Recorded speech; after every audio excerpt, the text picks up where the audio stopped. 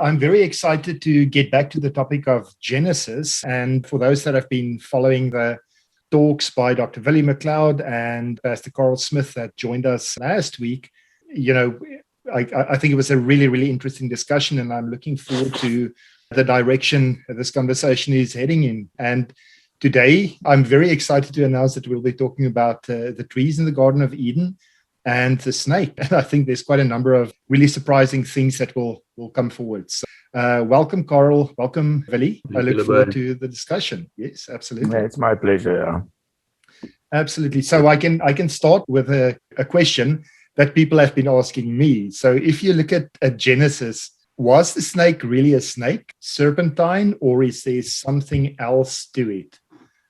Willie, I'm interested to hear what you say. Yeah.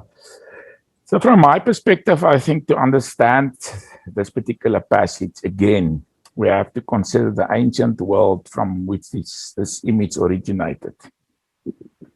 The serpent that's closely associated with a particular tree. In this case, we read that the tree was in the middle of the garden. It was a very special tree. It's called the tree of knowledge of good and evil. And the snake or the serpent that is associated with this tree, I think to understand this, we must consider the ancient world from which the Bible originated. Now, I must just reaffirm what is not always appreciated is that the Bible did not originate in a world very similar to our world. The biblical world were very, very, very different. It was very, very different from our world. The way of thinking about things, everything was just different. So in this ancient world, there was actually this theme of the snake associated with a tree, a beautiful tree, and it was especially closely linked with shamanism. Now, the tree that has the eagle in the top of the tree and the snake in the bottom of the tree is also an image that we find already in ancient Sumer. There are various literary works that includes this motif. But we can also call it the cosmic tree. I think in the previous discussion we did talk about it a little bit. But the cosmic tree is just a reference to the image of the Earth's rotation. The Earth's rotation creates, when you look at the starry heavens, it creates the image of a pillar or something around which the whole cosmos rotates. And the ancients imagined this as a tree or a pillar. And it's called the axis mundi nowadays quite often, but it's just the world tree. We find it also in Ezekiel's description and here in Genesis. And that's why it's in the middle of the tree. It's a very special tree. And the role of the snake or the serpent and the association of the serpent with the tree, in my view, as this is the image that's been taken from ancient shamanism. So if we understand this background, then we can talk about the serpent. Yes. But first of all, we must understand that this is the background. So, for example, the fact that the serpent was able to speak, how should we understand that?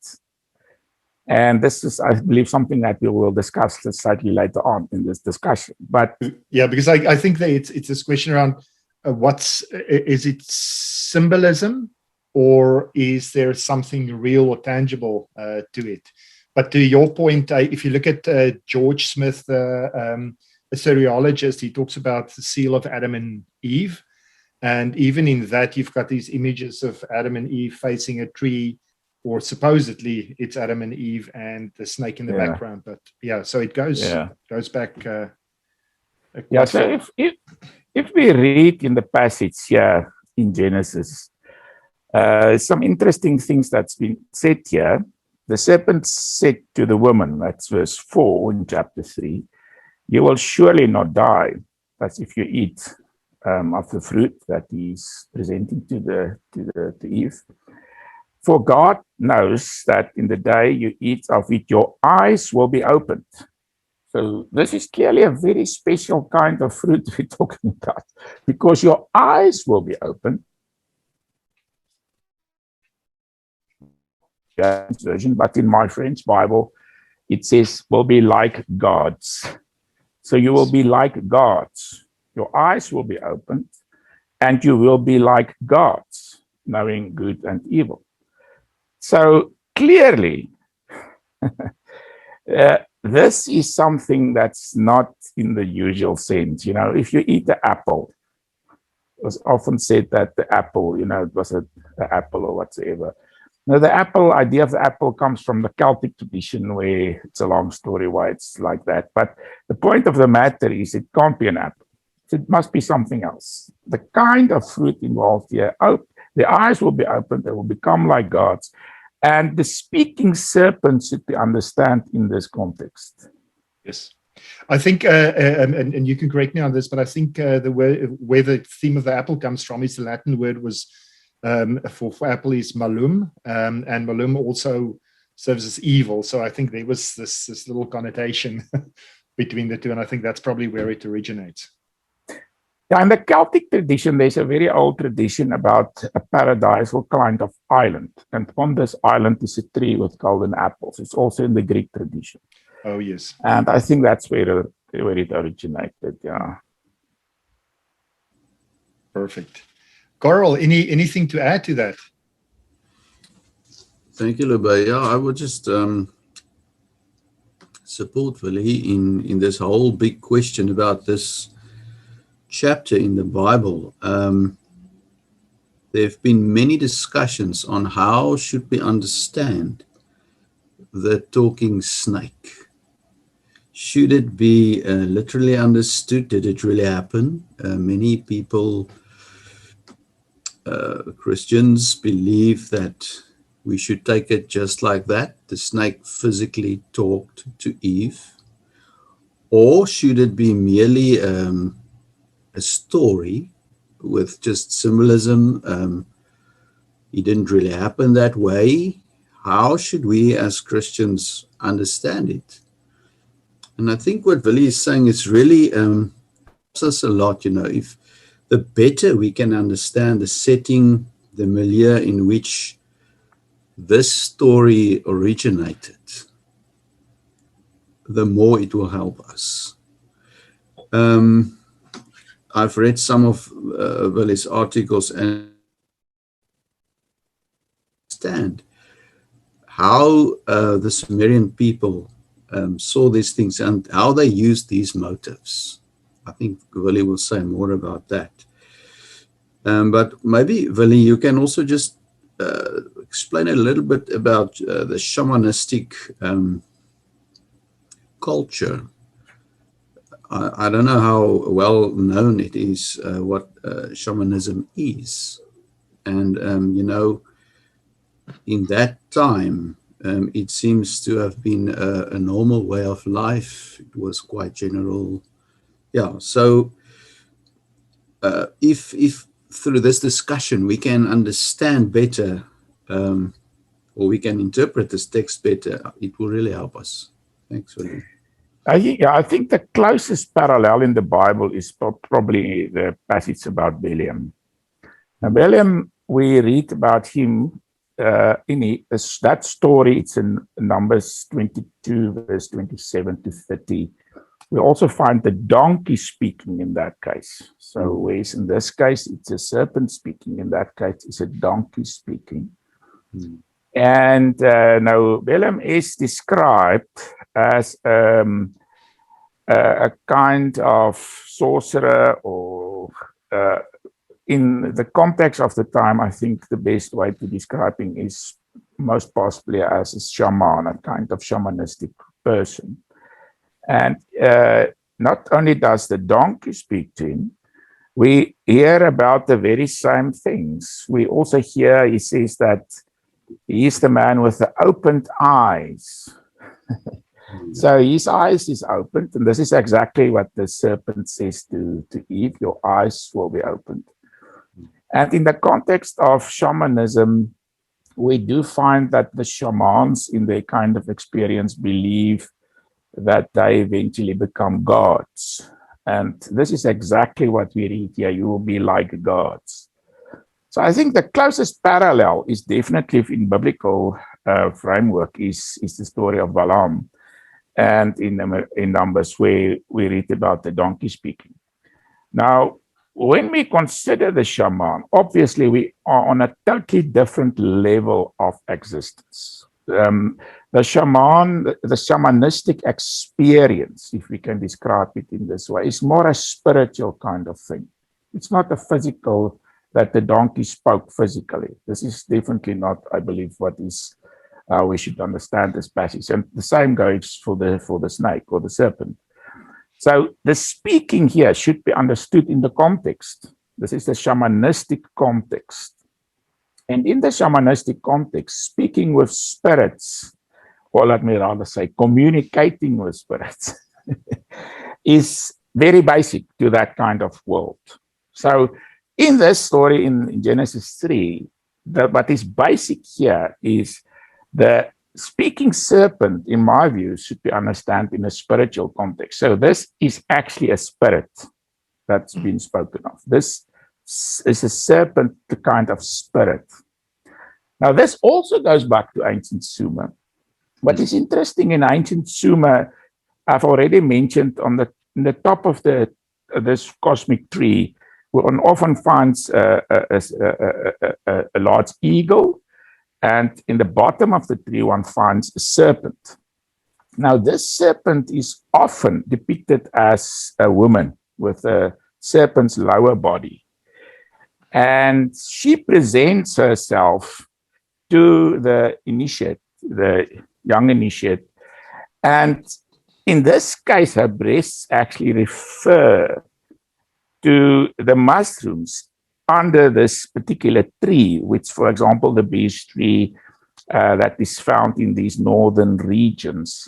So that he should take this mushrooms, eat it, and have this kind of experience. So it's a very similar kind of image that we find in the biblical description. So I believe, since we have this very same motive from very ancient tradition, from these northern regions where in the previous discussion, we saw that this is where Eden was, the Garden of Eden should be located according to the description in Genesis 2, then I believe this is also how we should understand it.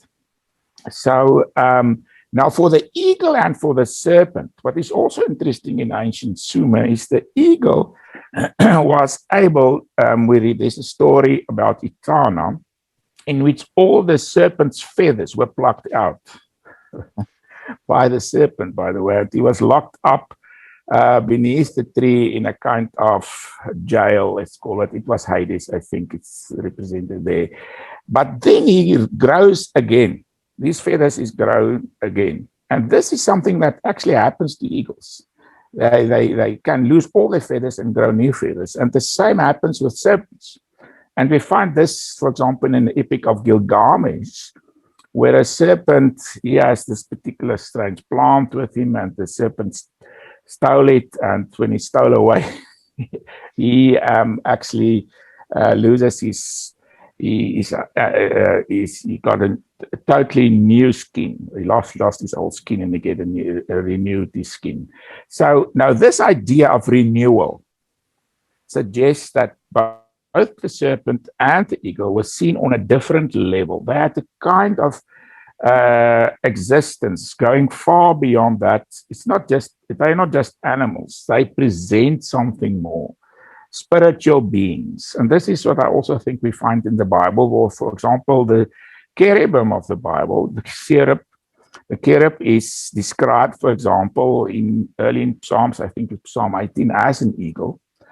And the seraphs are described as burning serpents.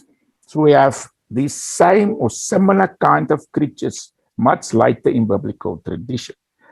And then also in the story about Moses lifting up the serpent on the pole, this particular word used for the serpent is actually a seraph. So it refers to a seraph, a kind of spiritual being presented as a burning or flying snake. And in this case, the serpent and the pole going together, I think has reference to Genesis chapter 3 of the serpent being associated with this tree. So that's why I believe that this is actually a spiritual being. This is how we should understand it. And it's a spiritual being that approaches Eve with a fruit, and the fruit that's being spoken of here is not the apple or something, it's these mushrooms, allogenetic kind of mushrooms. And if she ate that, something would have happened. Her eyes would have opened, so you've got access to a spiritual world. And within the context of this spiritual world, one of the kind of experiences available is that to become like gods. And I think it's in this context that we should understand it. Yeah, and it sort of aligns with what Michael Heiser says. He refers to the term Nakash, and he says that's a divine being. So it's quite in line with what you're saying now. Carel, any comments on that? Yeah, this is very amazing. I think it really helps me to understand the text better, the biblical text. Willie mentioning that these symbols or motives represent spiritual realities in the spiritual realm. And somehow it seems that the shamanistic people were also in touch with this spiritual realm. And there seems to be a connection between those old motives in that spirit world, which was identified with these symbols, and in the Bible, the same motives identified. The snake obviously being connected to the Satan as the fallen angel or the fallen seraphim or cherubim, whichever way you want to see it. So that helps me to understand this text much better. Still, the question exists, what precisely happened?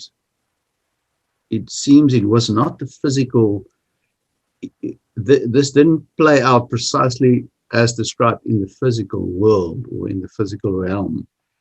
But in the spiritual realm, it describes something that happened that impacted Adam and Eve.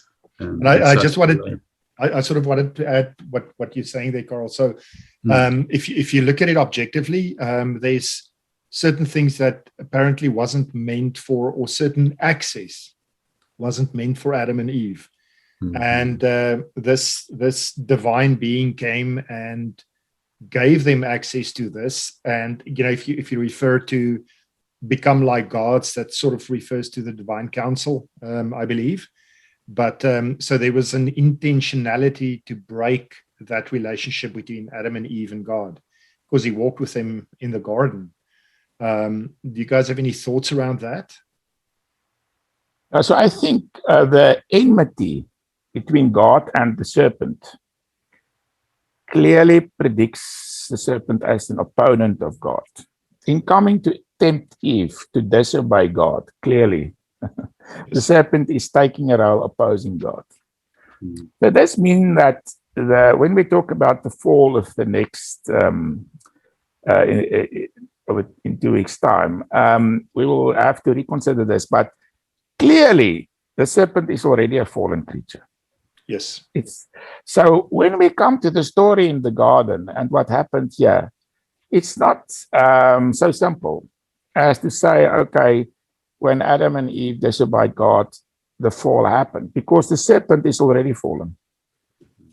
And the conflict between God and the serpent is also something that we find in ancient Sumerian context, where we have the conflict between the eagle and the snake or the serpent. The eagle typically being a being that is associated with the Most High God. And the serpent typically, especially in the ancient world and in ancient Sumer, were associated with the netherworld, the world of the dead. Yes. closely and intimately associated with the netherworld. And in the Epic of Eternal, we find a story where this conflict is clearly very nicely presented, between the conflict between the eagle and the serpent. And I believe that is similar to what we find in Genesis. The conflict between God, who is associated with a cherubim that's with him, that guards the garden, etc., which is also present here and which is presented as eagles, as I've already mentioned in the Bible, in opposite to versus the serpent. So it's the same kind of conflict. And I believe that the fallen serpent, as a fallen creature, is closely related to the fact that this is a spiritual being. The fall and everything, we'll talk about it next time. But this is a spiritual event primarily. Yes. So we should read the serpent, in my view, here as a spiritual being, as a fallen being, as a being that is closely related to what is later called seraphs in the Bible. But the seraph could be, there are two kinds. It seems to me that there were fallen seraphs and there were other seraphs that served God. So this is would be one of the fallen ones. So he, when he approaches Eve and so forth, although later in the Bible we read it's the devil that comes in the form of the serpent, clearly the devil is closely and uniquely linked with the serpent.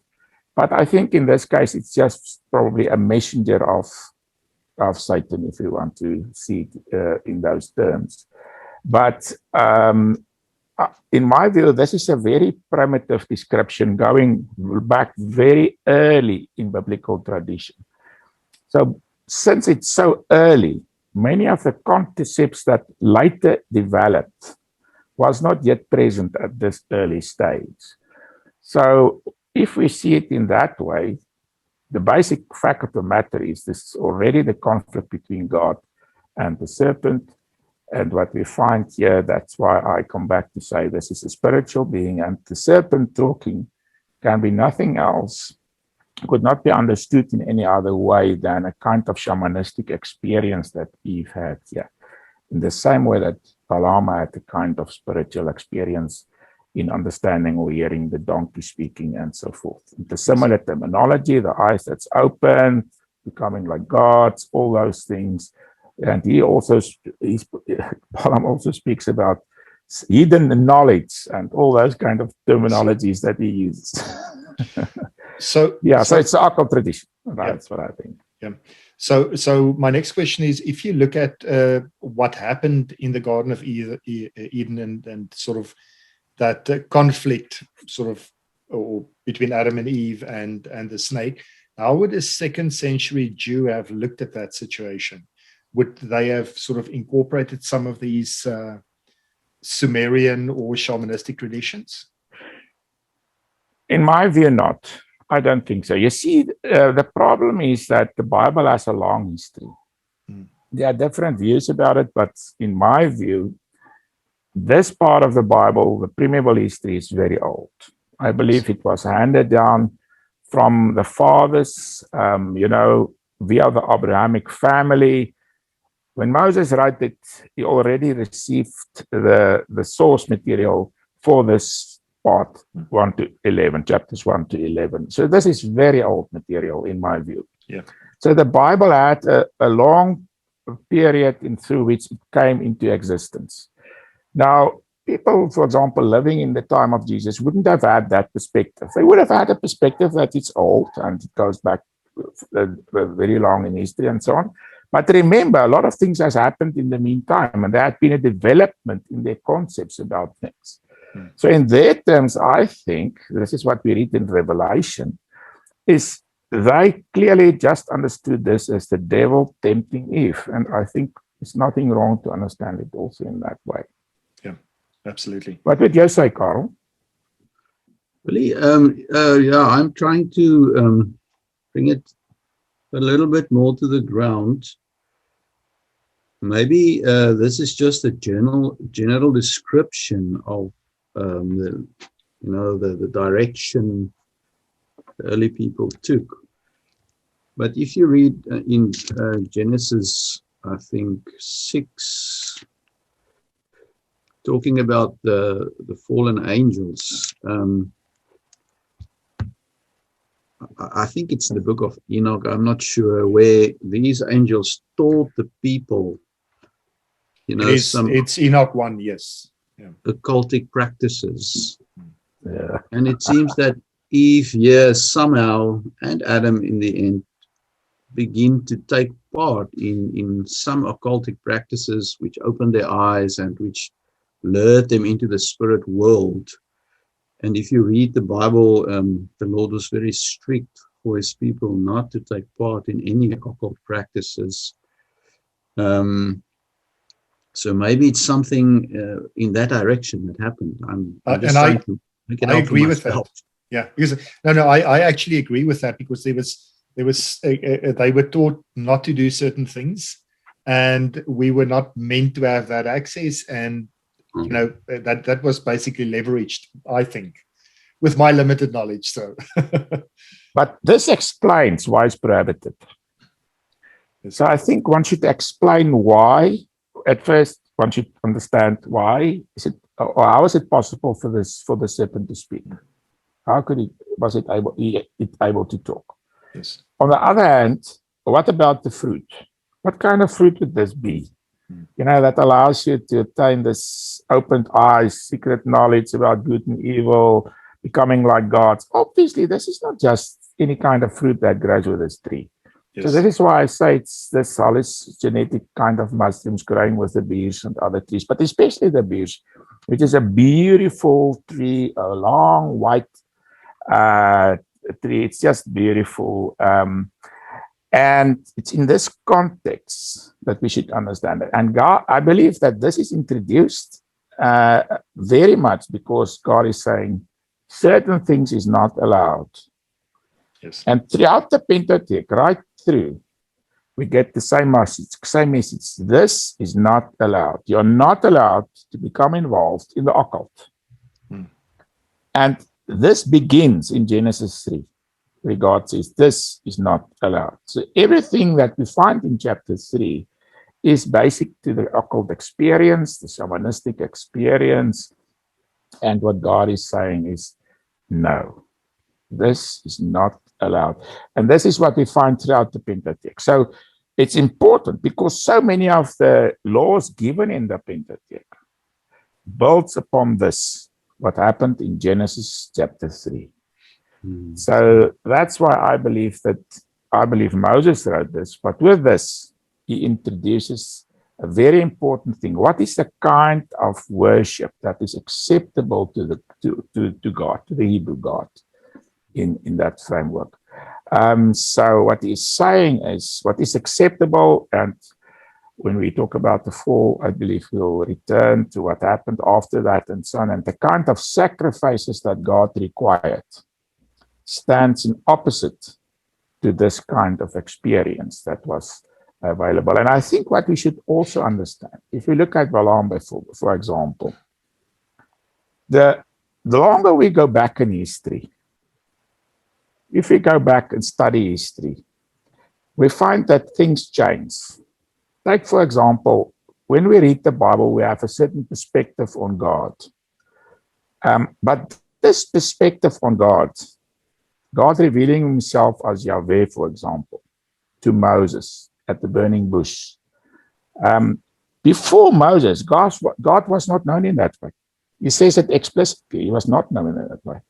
So before Moses, things were different. It was much more primitive. Their ways of thinking was much more primitive. And for example, with Balaam, strangely enough, God even spoke through Balaam, which just doesn't make sense. I mean, how could God use this occult person to speak through him? But the point of the matter is there was a primitive age, an early primitive age, before people had the full understanding and the clear understanding of God's revelation. God revealed himself from early on already through nature and so forth. But there's a progressiveness in God's revelation. more and more. With Moses, it was a dramatic and important step in this process. And this step was to say that this kind of experience that was previously, because of, let's say, the fact that people didn't know what was truly right and wrong, etc., etc. But this has to change. And Moses goes back in this writing and says that you're already in the garden, you can't say no. And this is important for your worship, to understand that and to say no to the occult experience. And it's that being obedient to God. Exactly. Yeah. I just want to add something, thanks, Lebay, about in verse 4, the serpent said to the woman, "You will not die." God knows that when you eat of the fruit, your eyes will be opened and you will be like God, knowing good and evil. That Hebrew word is Elohim. And Willie said correctly that in the King James and New King James, it's been translated as gods. You'll be like gods. I was just wondering, does this refer to God, the Almighty, the Most High?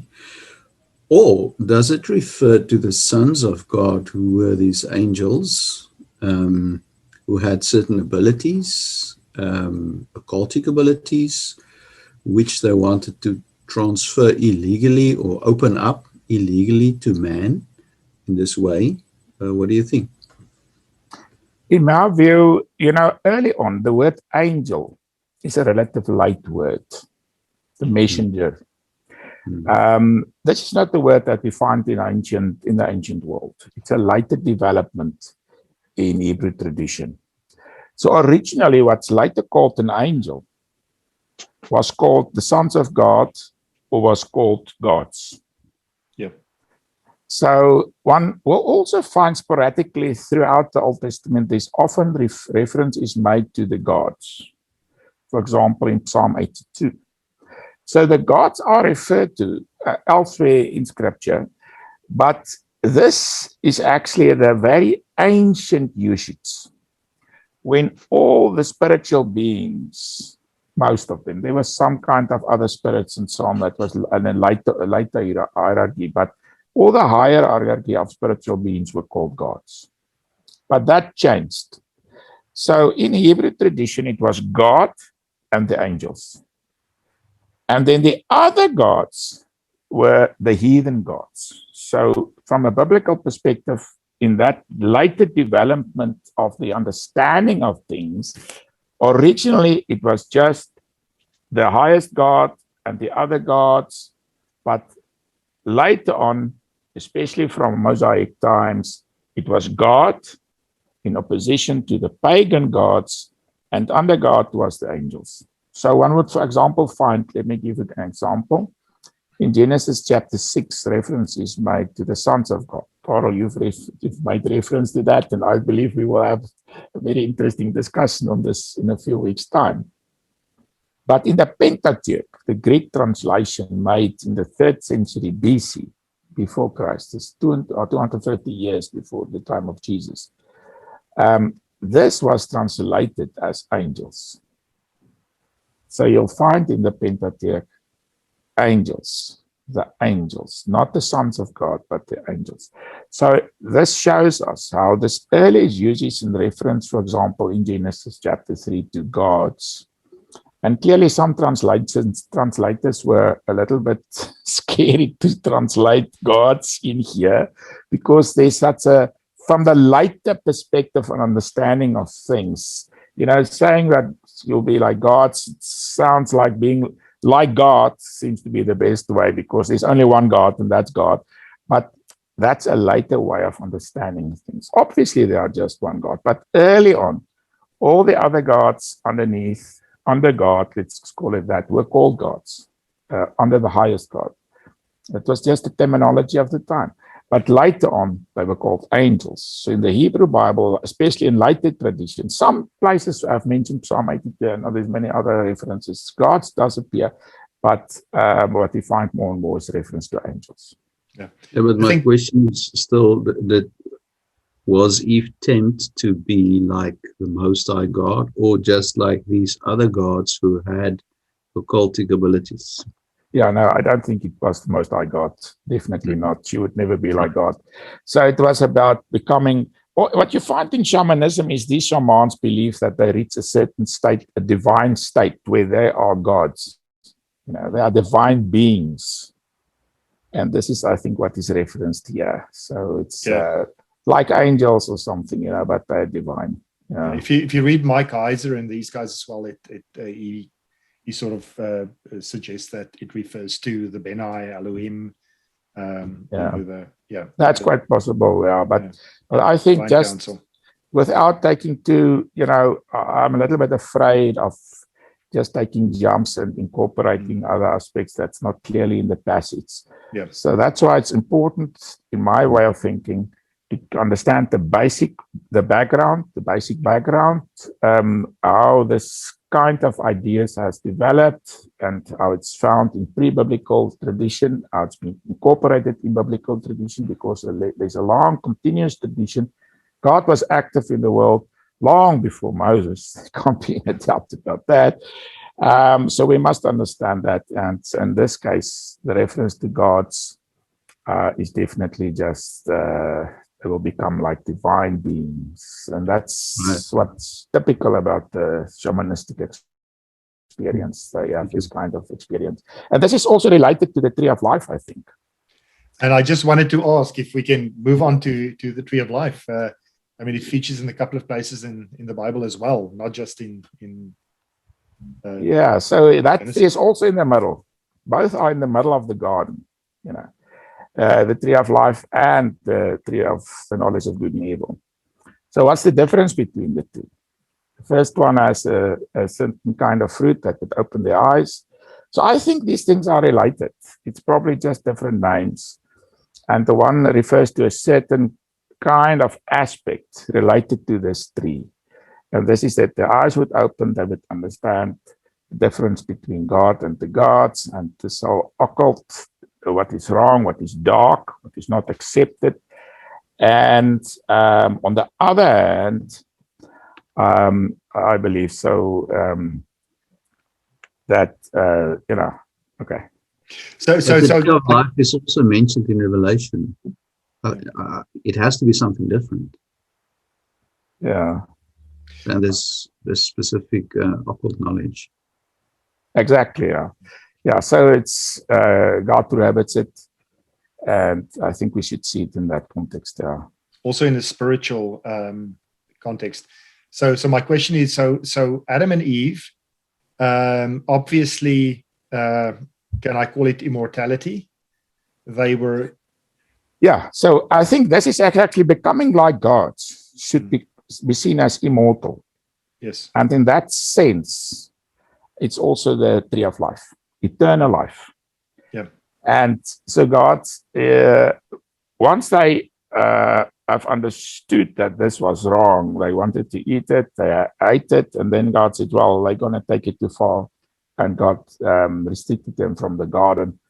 And this not allowing them to continue with this practice and becoming like gods then. So it shows that God is not only against it, but this is not in God's plan for man. Yes. I don't know if you guys can answer this, but if you look at Revelation, it also talks about the tree of life, but it says the tree of life is on opposite side of the river and it will heal the nations. Any sort of thoughts around that? Or is that a topic for a different time? Yeah, I think that context is very different. It's not the same context. And also, there are not just one tree, there are many trees. And also, read that the trees, the fruit of the trees are for healing, the branches, and so forth. So it's a very different kind of depiction that we have in Revelation. I think we should be careful to relate these to the same thing. Okay. This is just my way of thinking. Yeah. What do you think, Carel? I will rest my case with that. I think we're always at risk of, tying things into each other that should possibly not go together, and it turns into this whole philosophical mishmash of things. Yeah, exactly. But there is a relation, because it is, living forever, being healed, being recovered, and it's obviously talks about eternal life, or living forever in both Genesis and Revelation. So that seems to be the general idea. Yeah. So we have about 5 minutes left. I want to ask Carel, from a pastoral point of view, what's the lesson to be taken from the Garden of Eden? I would really say that people can be encouraged that the Bible is not just a fairy tale or some stories which somebody thought of in Babylonian exile, but it's really based on very deep truths, very deep motives, which came a long way. And even this story in Genesis about the talking serpent and Eve and so on, we can still believe it, but we just have to understand the right context. So we do not have to doubt the word of God in these times. If we understand the context correctly, we can still cling to this early stories as God's revelation of his will and his plan for us. We do not have to doubt it. Yeah. Anything or any final thoughts from your side, Willie? No, I absolutely agree. Once we understand that the Bible should be read within the ancient world from which it originated, and we take the background into account, we must gain a much better understanding of the things that we read in the Bible, and things that we wouldn't have thought about in our current context. But once we understand it in an ancient context, it's self-explanatory. So suddenly it makes sense. It's quite clear what the meaning is. And the kind of doubt that is often heaped upon these verses from people that do not take the ancient world and the background context into consideration, it totally disappears. Yeah, it's really wonderful. I mean, when you talk about the fact that it goes back to ancient times and prehistory and that kind of thing, the fact that there is, right from the beginning, there's that golden thread that runs right through from prehistory. It's the Garden of Eden, and right until Revelation and into our days. So nothing stands separate. Everything is part of that greater whole, which is it's absolutely incredible. Like I think if people just read the Bible as a book with interesting stories, they miss out on so much, especially if you don't look at it from that ancient worldview. So yeah. Anything else? I'm really looking forward to in 2 weeks' time the discussion, and yes, and I just wanted to sort of just say that this again is a joint effort between Core Ideas and the Bible GPS. When we post it on YouTube or any of the other platforms, we will give links to Willie's articles, to Core Ideas, as well as the Bible GPS. And again, if anybody has any questions or thoughts or want us to discuss something, to please reach out. The contact details are on those websites. But again, thank you, Carel. Thank you, Willie. This was absolutely fantastic. I really enjoyed it. God bless. Thank you, Brandon.